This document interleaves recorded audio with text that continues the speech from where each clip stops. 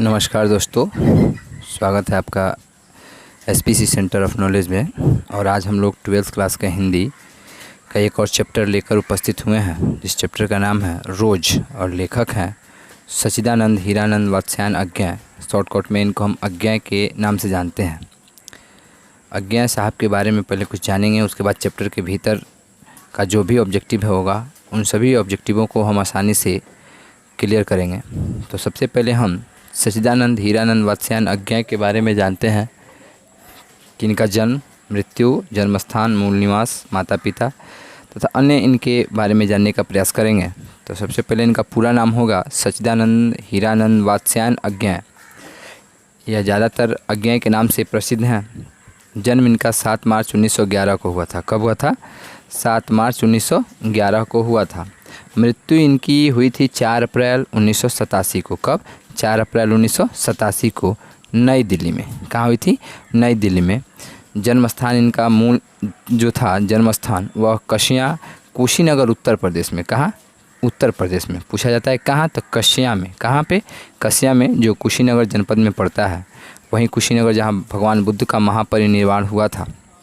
यह मूल निवासी थे करतारपुर, पंजाब के। मूल निवासी कहाँ के थे? करतारपुर, पंजाब के थे मूल निवासी। कौन? तो सच्चिदानंद हीरानंद वात्स्यायन अज्ञा। इसके बाद हम लोग देखते हैं इनकी माता का नाम था बेयंती देवी। माता का नाम क्या था? बेयंती देवी। और पिता का नाम था डॉक्टर हीरानंद शास्त्री। कौन? क्या नाम था? डॉक्टर हीरानंद शास्त्री। विद्यार्थी चाहें तो नोटबुक रखे अपने सामने, वीडियो का स्क्रीनशॉट लेके सभी ऑब्जेक्टिवों को अपने कॉपी या नोटबुक में उतार सकते हैं, क्योंकि 2023 में जो बोर्ड एग्ज़ाम होने वाले हैं उनमें जितने भी इस पार्ट से प्रश्न पूछे जाएंगे उन सभी प्रश्नों का जवाब वो आसानी पूर्वक दे सकते हैं। चलिए अगला क्वेश्चन देखते हैं। कह रहा है कि सच्चिदानंद यानी अज्ञा 10वीं की परीक्षा कब उत्तीर्ण किए? तो 1925 में। कब उत्तीर्ण किए? 1925 में। कहाँ से? तो पंजाब विश्वविद्यालय से। कहाँ से? पंजाब विश्वविद्यालय से 10वीं की परीक्षा 1925 में उत्तीर्ण किए। इसके बाद क्वेश्चन पूछ रहा है कि 12वीं कक्षा। तो 12वीं कक्षा 1927 में यह उत्तीर्ण किए। कहाँ से? मद्रास क्रिश्चियन कॉलेज से। कहाँ से? मद्रास क्रिश्चियन कॉलेज से। इसके बाद बीएससी इन्होंने पंजाब लाहौर से किया, फोरमैन कॉलेज से 1929 में। कब किया इन्होंने? 1929 में। और साथ ही अंग्रेजी विषय से इन्होंने एमए किया। क्या किया? अंग्रेजी विषय से इन्होंने एमए किया। इसके बाद हम देखेंगे कि इन्होंने कौन कौन से उपन्यास, कहानी, निबंध, नाटक को इन्होंने यानी अज्ञा साहब ने कौन कौन से उपन्यास को लिखे हैं, कहानी कौन से लिखे हैं, निबंध कौन से लिखे हैं और नाटक कौन से लिखे हुए हैं। तो उपन्यास में शेखर एक जीवनी है, जिसका प्रथम भाग 1941 में प्रकाशित हुआ था तथा द्वितीय भाग 1944 में प्रकाशित हुआ था। तो उपन्यास कौन से लिखे हैं? शेखर एक जीवनी। किसके द्वारा? अज्ञा के द्वारा 1941 में प्रकाशित हुआ। इसके बाद नदी एक द्वीप 1951 में। तीसरा जो है उपन्यास इन्होंने लिखा है शेखर एक जीवनी। क्या? कौन सा उपन्यास? शेखर एक जीवनी। कब? तो 1941 में इसका प्रथम भाग। कौन सा भाग? प्रथम भाग। तथा इसी का द्वितीय भाग जो 1944 में प्रकाशित हुआ था। कब प्रकाशित हुआ था? 1944 में। नदी के द्वीप 1951 में। अपने अपने अजनबी 1961 में। इसके साथ ही अंग्रेजी में इन्होंने उपन्यास भी लिखा। कब से कब तक? 1924 से लेकर 1925 तक। कब से कब तक? 1924 से 1925 तक इन्होंने अंग्रेजी में उपन्यास भी लिखा है। कहानी जो है इन्होंने कुछ कहानी को भी लिखा है, जैसे विपथगा को 1937 में इन्होंने लिखा है। परंपरा 1944 में। कठोरी की बात 1945 में। शरणार्थी 1948 में। जयदोल 1951 में। इसके साथ साथ कुछ निबंध संग्रह भी हैं इनके, जैसे सबरंग त्रिशंकु 1945 में। आत्मपद 1960 में। कब? 1960 में। इनके द्वारा लिखे गए नाटक जैसे उत्तर प्रियदर्शी, इंद्र सभा। इन सभी में उत्तर प्रियदर्शी बार बार पूछा जाता है या इंद्र सभा भी पूछा जाता है। इनकी अभिरुचि किस में थी? यानी अज्ञा साहब की जो अभिरुचि थी वह किस में थी? पर्यटन में थी, अध्ययन में थी, बागवानी में थी, फोटोग्राफर में। जो बागवानी और फोटोग्राफर सबसे अधिक बार पूछा जाता है। तो विद्यार्थी अज्ञा साहब के बारे में जितना हो सके अपनी नोटबुक में लिख सकते हैं, और जितना भी प्रश्न 2023 के बोर्ड एग्ज़ाम में अज्ञा साहब के बारे में पूछे उन सभी प्रश्नों को ये आसानी से हल कर सकते हैं।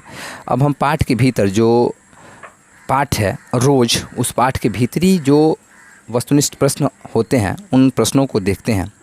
तो जैसे पहला प्रश्न कर रहा है कि अतिथि मालती के यहाँ कैसे पहुँचता है, तो अतिथि मालती के यहाँ कैसे पहुँचता है, पैदल पहुँचता है। कैसे पहुँचता है, पैदल, क्योंकि जो मालती का घर था वह पहाड़ी क्षेत्रों में ऊपर था।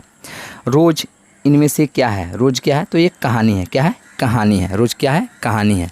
तीसरा क्वेश्चन कर रहा है कि लेखक मालती के घर पहुँचने हेतु कितना पैदल चलता है, यानी जो पैदल चलने का जो दूरी होता है कितना, तो 18 मील। कितना मील, 18 मील। चौथा नंबर क्वेश्चन कर रहे हैं रोज़ कहानी घंटे की किस खड़कन के साथ समाप्त हो जाती है, तो 11 खड़कन के साथ जो रोज़ कहानी है वह समाप्त हो जाती है। 5 नंबर क्वेश्चन कर रहा है कि मालती के पति का नाम क्या था, तो मालती के पति का नाम था महेश्वर। क्या नाम था, महेश्वर नाम था। 6 नंबर क्वेश्चन कर रहा है कि यह कहानी किस कहानी संग्रह में गैग्रीन नाम से छपी हुई थी, वीपथगा में। किसमें, वीपथगा। वीपथगा हम लोगों ने ऊपर भी पढ़ा है।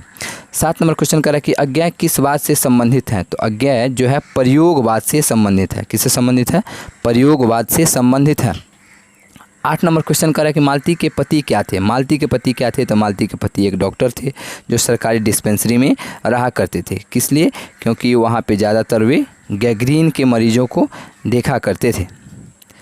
9 नंबर क्वेश्चन कर रहा है कि महेश्वर को किस चीज़ का ऑपरेशन करना था। महेश्वर को किस चीज़ का ऑपरेशन करना था, तो डॉक्टर थे, तो किसका करना था, गैग्रीन का। किसका, गैग्रीन का ऑपरेशन करना था। इस कहानी की नायिका कौन है, इस कहानी की नायिका कौन है, मालती है। कौन है, मालती है। मालती के घर का वातावरण कैसा था, तो मालती के घर का वातावरण जो था वह उदास था। कैसा था, उदास था। विद्यार्थी सभी अपने नोटबुक में इन प्रश्नों का स्क्रीनशॉट लेके लिख भी सकते हैं, ताकि 2023 के बोर्ड एग्ज़ाम में वे आसानी से इन सभी प्रश्नों को हल कर सकें। 12 नंबर क्वेश्चन कर रहा है कि रिश्ते में मालती लेखक की क्या लगती थी, तो लेखक की बहन लगती थी। क्या लगती थी, बहन। कौन, मालती लगती थी। मालती के शिशु का नाम क्या था, तो मालती के शिशु का नाम था टीटी। क्या नाम था, टीटी था। लेखक कितने दिनों बाद मालती से मिलने आया था, तो लेखक जो है मालती से 4 साल बाद मिलने उसके घर आया था। तो अभी हम लोगों ने रोज़ जो है उस कहानी के सभी ऑब्जेक्टिव प्रश्नों को हल किया है, और साथ ही साथ अब हम लोग एक ओ सदा नीरा जो पाठ है उसको भी आसानी पूर्वक हल करने का प्रयास करेंगे। तो जितना भी हो सके विद्यार्थी लोग नोटबुक रखें सामने, ताकि इन सभी ऑब्जेक्टिवों को अपने नोटबुक में लिखें और बाद में चल के उसे देख लें एक बार फिर, क्योंकि 2023 के बोर्ड एग्ज़ाम में इन सभी प्रश्नों का उत्तर वो आसानी पूर्वक दे सकते। तो चलिए दोस्तों, अब हम लोग शुरू करते हैं। ओ सदा नीरा। कौन, ओ सदा नीरा, जिसके लेखक हैं जगदीश चंद्र माथुर। इनका जन्म 16 जुलाई को हुआ था। कब हुआ था, 16 जुलाई 1917 को। कब हुआ था, 16 जुलाई 1917 को इनका जन्म हुआ था। मृत्यु इनकी हुई थी 14 मई 1978। किस तारीख है, 14 मई 1978। जन्म स्थान इनका शाहजहाँपुर उत्तर प्रदेश में है। कहाँ है, शाहजहाँपुर उत्तर प्रदेश में है इनका जन्म। इनका जन्म हुआ था शाहजहाँपुर उत्तर प्रदेश में। और इन्होंने 1939 में एमए किया है इलाहाबाद विश्वविद्यालय से अंग्रेजी भाषा में। कौन सी भाषा में, अंग्रेजी से एमए 1939 में इन्होंने किया है। 1941 में आईसीएस परीक्षा उत्तीर्ण कर ऑल इंडिया रेडियो के महानिदेशक भी रहे हैं यह। कब, 1941। इनको कौन कौन से सम्मान से नवाजा गया है, तो कालिदास अवार्ड। कौन सा, कालिदास अवार्ड, बिहार राजभाषा पुरस्कार, विद्यावारिधि की उपाधि से भी इनको नवाजा गया है। इनकी प्रमुख कृतियाँ जो हैं, किनकी, जगदीश चंद्र माथुर की प्रमुख कृतियाँ जो हैं, जैसे कुछ कृतियाँ जो हैं इनकी, यह है जैसे नाटक में है भोर का तारा 1946 में लिखा गया है। कोणार्क 1951 में लिखा गया है। ओ मेरे सपने 1950 में लिखा गया है। शारदिया 1959 में लिखा गया है। फिर इसके बाद बंदी 1954 में लिखा गया है। 10 तस्वीरें 1962 में लिखा गया है।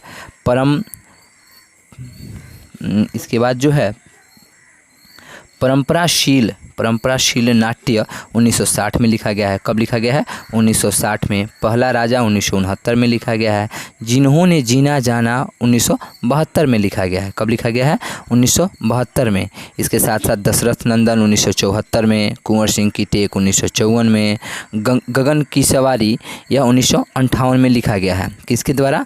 तो जगदीश चंद्र माथुर के द्वारा। जगदीश चंद्र माथुर हैं कौन? तो ओ सदा नीरा के लेखक हैं। और ओ सदा नीरा क्या है? तो ओ सदा नीरा जो है निबंध है, और यह निबंध किस पे लिखा गया है? तो गंडक पे लिखा गया है। किस पे लिखा गया है? गंडक। तो चलिए अब हम लोग पाठ के भीतरी जो वस्तुनिष्ठ प्रश्न हैं उन सभी वस्तुनिष्ठ प्रश्नों को देखते हैं एक बार और हल करने का प्रयास करते हैं। जैसे पहला प्रश्न कर रहा है कि माथुर जी, पहला प्रश्न क्या कर रहा है कि माथुर जी क्या कर रहा है? माथुर जी के किस एकांकी मंचन का 1936 ईस्वी में क्या हुआ? 1936 ईस्वी में माथुर जी के किस एकांकी का मंचन हुआ था? तो माथुर जी के एकांकी का मंचन 1936 में जो हुआ था उसका नाम था मेरी बांसुरी। क्या नाम था उसका? मेरी बांसुरी। क्या नाम था? मेरी बांसुरी। दूसरा क्वेश्चन कर रहा है कि मेरी बांसुरी एकांकी का किस पत्रिका में प्रथम प्रकाशन हुआ था? सरस्वती में। किसमें? सरस्वती में। तीसरा क्वेश्चन कर रहा है पुंडलीक जी कौन है? तो शिक्षक हैं। कौन है? शिक्षक हैं। 4 नंबर क्वेश्चन कर रहा है कि ओ सदा नीरा किस नदी को निमित्त बनाकर लिखा गया है? ओ सदा नीरा किस नदी को निमित्त बनाकर लिखा गया है? तो गंडक को। किसको? गंडक को। 5 नंबर क्वेश्चन कर रहा है चंपारण अभियान का सबसे बड़ा वरदान क्या था? तो चंपारण अभियान का सबसे बड़ा वरदान निर्भीकता था। क्या था? निर्भीकता था। 6 नंबर क्वेश्चन कर रहा है कि बिहार का कौन सा विशाल स्तूप प्राचीन स्थापत्य की अभूतपूर्व कृति है? तो नंदनगढ़ है। कौन है? नंदनगढ़। इसी नंदनगढ़ के बगल में अशोक स्तंभ भी है। कौन है? अशोक स्तंभ बगल में है, थोड़ी दूरी पर। 7 नंबर क्वेश्चन कर रहा है कि चंपारण क्षेत्र में बाढ़ का मुख्य कारण क्या है? तो चंपारण क्षेत्र में जंगलों की कटाई जो है बाढ़ का मुख्य कारण है। 8 नंबर क्वेश्चन कर रहा है कि ओ सदा नीरा निबंध बिहार के किस क्षेत्र की संस्कृति पर लिखी गई है? तो चंपारण क्षेत्र पर लिखी गई है। किस पे लिखी गई है? चंपारण क्षेत्र पे। अभी आपको थोड़ी देर पहले हमने बताया था कि ओ सदा नीरा क्या है? तो निबंध है। क्या है वह? निबंध है। 9 नंबर क्वेश्चन कर रहा है कि बिहार में शरणार्थी कहाँ से आए थे? बिहार में शरणार्थी कहाँ से आए थे? तो पूर्वी बंगाल से आए थे। कहाँ से आए थे? पूर्वी बंगाल से आए थे।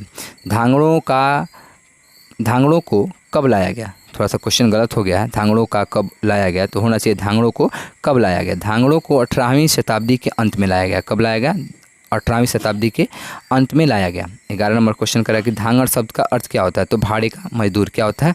भाड़े का मजदूर। इन लोगों को लाया गया था जंगलों की कटाई और जंगलों में जो फसल उपजाने के लिए इन लोगों को लाया गया था दक्षिणी नागपुर के पठारी क्षेत्रों से। गांधी जी ने चंपारण सत्याग्रह कब चलाया? तो 1917 में। कब चलाया? 1917 में। क्या चलाया? तो चंपारण सत्याग्रह चलाया। क्या चलाया? चंपारण सत्याग्रह चलाया। 13 नंबर का क्वेश्चन कर रहा है कि एमन साहब कौन थे? तो अंग्रेजी अफसर थे। एमन साहब कौन थे? अंग्रेजी अफसर थे। 14 नंबर क्वेश्चन कर रहा है, विद्यार्थी थोड़ा ध्यान से देखेंगे कि 14 नंबर क्वेश्चन क्या कह रहा है कि ओ सदा नीरा में गंडक को किस नाम से जाना गया है? तो नारायणी के नाम से जाना गया है। किस नाम से जाना गया है? नारायणी के नाम से जाना गया है। 15 नंबर क्वेश्चन कर रहा है गांधी जी ने आश्रम के निकट किस पेड़ के नीचे अपनी खटिया लगाई थी? तो महुए के पेड़ के नीचे। मठ जो था उस मठ में एक महुआ का पेड़ था और उसी महुए के पेड़ के नीचे मठ के मठाधीश ने खटिया दी थी महुए के पेड़ के नीचे खटिया लगाने के लिए। 16 नंबर क्वेश्चन कर रहा है गजग्राह युद्ध समाप्त हुआ था कहाँ? तो गजग्राह युद्ध गंडक और गंगा नदी जो है उसके संगम पर यानी हरिहर क्षेत्र में जो हुआ गज और ग्राह का युद्ध समाप्त हुआ था। कहाँ हुआ था? हरिहर क्षेत्र में गंडक एवं गंगा के संगम पर। 17 नंबर क्वेश्चन कर रहा है कि नववधू जब पहली बार अपने पति को कलेवुल देने जाती है तब उसके सिर पर क्या होता है? क्या होता है? ये पहले देहात में ज़्यादातर होता था लेकिन अभी देखने को नहीं मिलता है। तो यह होता है वो जो नववधू होती है वह माथे पे पीढ़ा और पीढ़ा के ऊपर भोज्य पदार्थों को रख के अपने पति को दोपहर में भोजन कराने के लिए लेके जाती है खेतों में। 18 नंबर क्वेश्चन जो है वह कह रहा है कि माथुर जी के निबंध कैसे हैं? तो माथुर जी के निबंध ललित हैं। कैसे हैं? ललित हैं। तो अभी हम लोगों ने 2 चैप्टर, एक जो था रोज और दूसरा जो था ओ सदा नीरा, इन दोनों पाठों के जितने भी ऑब्जेक्टिव क्वेश्चन थे, वस्तुनिष्ठ प्रश्न, उन सभी वस्तुनिष्ठ प्रश्नों को हमने आसानी पूर्वक सभी विद्यार्थियों को समझाया है। तो अगर वीडियो पसंद आए तो लाइक कीजिएगा, सब्सक्राइब कीजिएगा और शेयर भी कीजिएगा। और अगर वीडियो में आगे और भी ऐसे बहुत से क्वेश्चनों को हम उपलब्ध कराएंगे तो कमेंट ज़रूर कीजिएगा कि वीडियो आपको कैसा लगा।